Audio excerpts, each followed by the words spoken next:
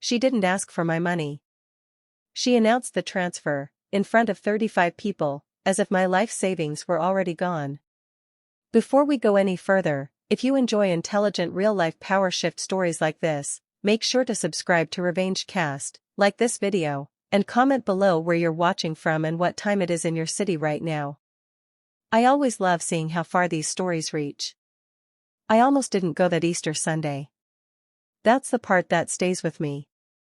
On Friday night, I stared at my phone, ready to text my mother an excuse. A migraine. A deadline. Anything believable enough to buy myself a quiet weekend alone.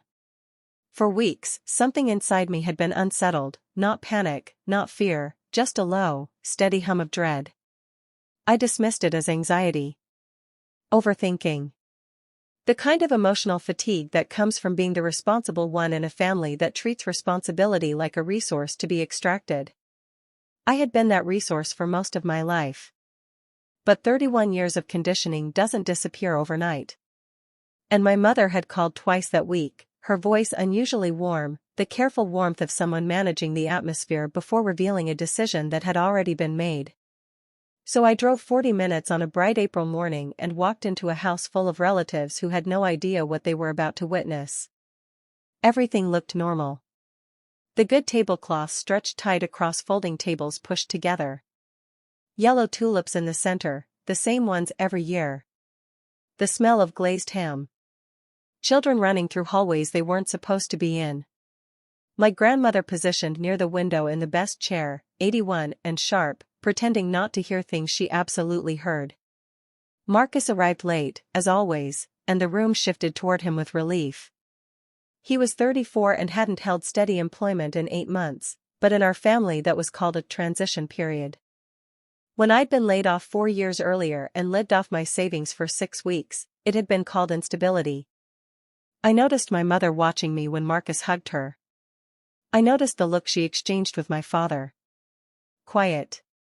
Coordinated. I told myself I was imagining it. We sat. Wine was poured. Conversations overlapped. My uncle told his annual ham joke. A child knocked over a cup. For a moment, I relaxed. I spoke with my cousin Diane about her new apartment. I thought about my drive home. The book waiting on my coffee table. The quiet relief of another holiday completed without incident. Then my mother tapped her glass. The room settled, not warmly, but carefully. People who had learned over decades that her announcements were performances, and performances had consequences. She stood, smiling the smile of someone who had rehearsed. I just want to share something, she said. Because this is family. And family supports each other. I set my fork down. As most of you know, Marcus has been going through a period of transition. She rested a hand on his shoulder. He stared at his plate, humble and silent. There's a business opportunity he needs to buy into. He needs stability. He needs to know his family is behind him. Then her eyes moved to me. So we've decided that the savings account your father and I helped you open when you were 22 will be transferred to Marcus this week. It's already been looked into.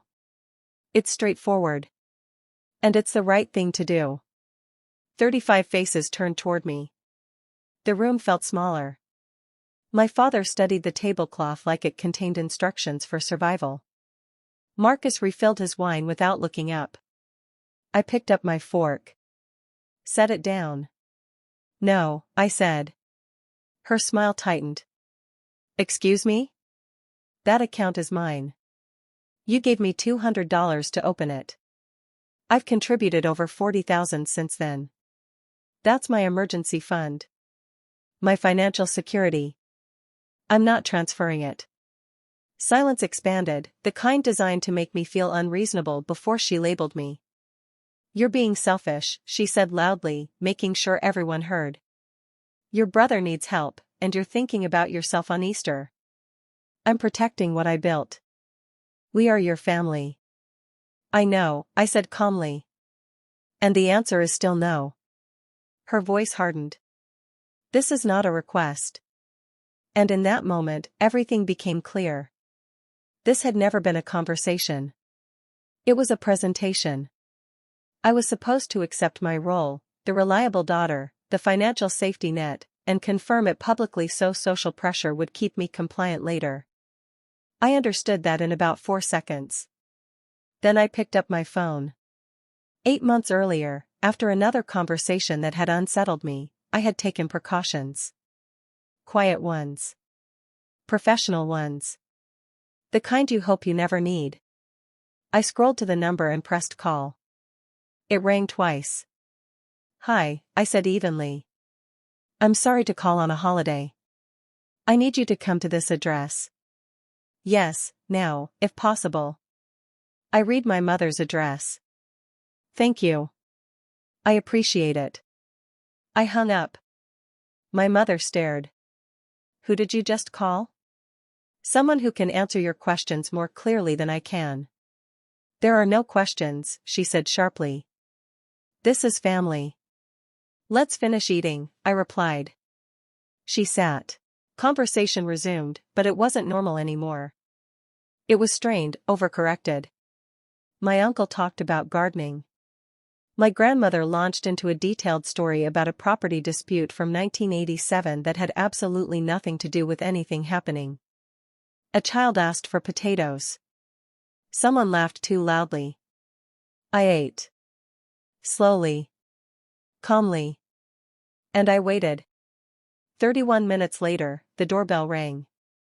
A cousin answered, then stepped back, confused. Richard Oae walked into the dining room. Branch manager. First Meridian Bank. The institution where my savings account had been held for 9 years. He was composed, professionally dressed despite the holiday, carrying a leather portfolio.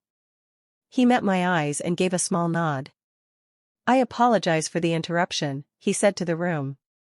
"My name is Richard Oae. I'm the branch manager at First Meridian. I was asked to clarify some information in person." My mother stood so fast her chair scraped the floor. "Who are you?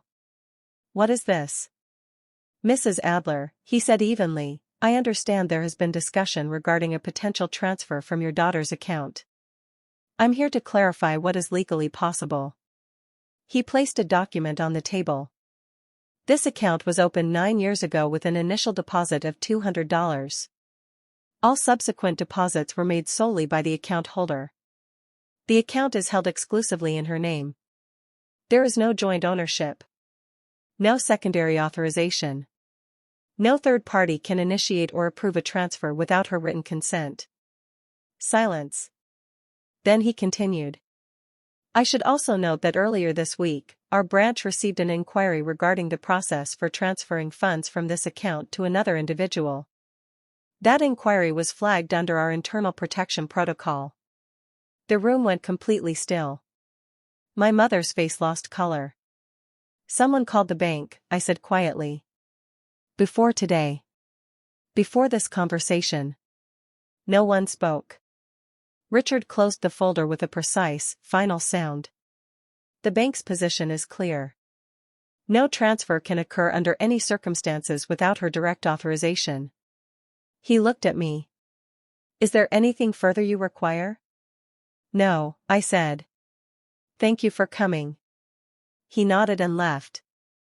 The front door closed softly, but the sound carried through the house like a verdict. For several seconds, no one moved. Then my grandmother folded her hands and said, with the calm authority of someone who had seen decades of family conflict, "Well, I think that answers that." My mother disappeared into the kitchen and stayed there. My father approached me once, spoke quietly about perspective and loyalty, but the words dissolved before they reached me. Marcus left before dessert. 2 cousins squeezed my hand. At the door, my aunt turned back and said quietly, "You were right." It was the most honest thing anyone had said to me in years. I drove home under a flat golden sky.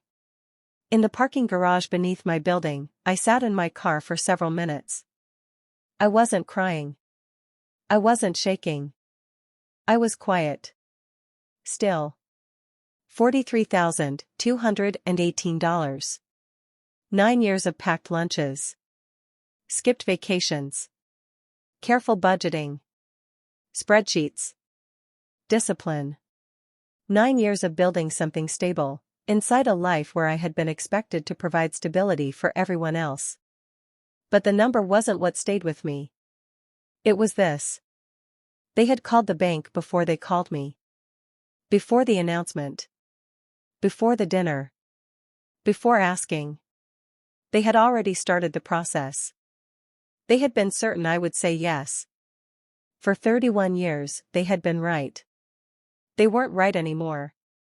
And that Sunday, in a dining room full of witnesses, something far more valuable than money stayed exactly where it belonged. My boundaries. And for the first time in my life, they were non-negotiable.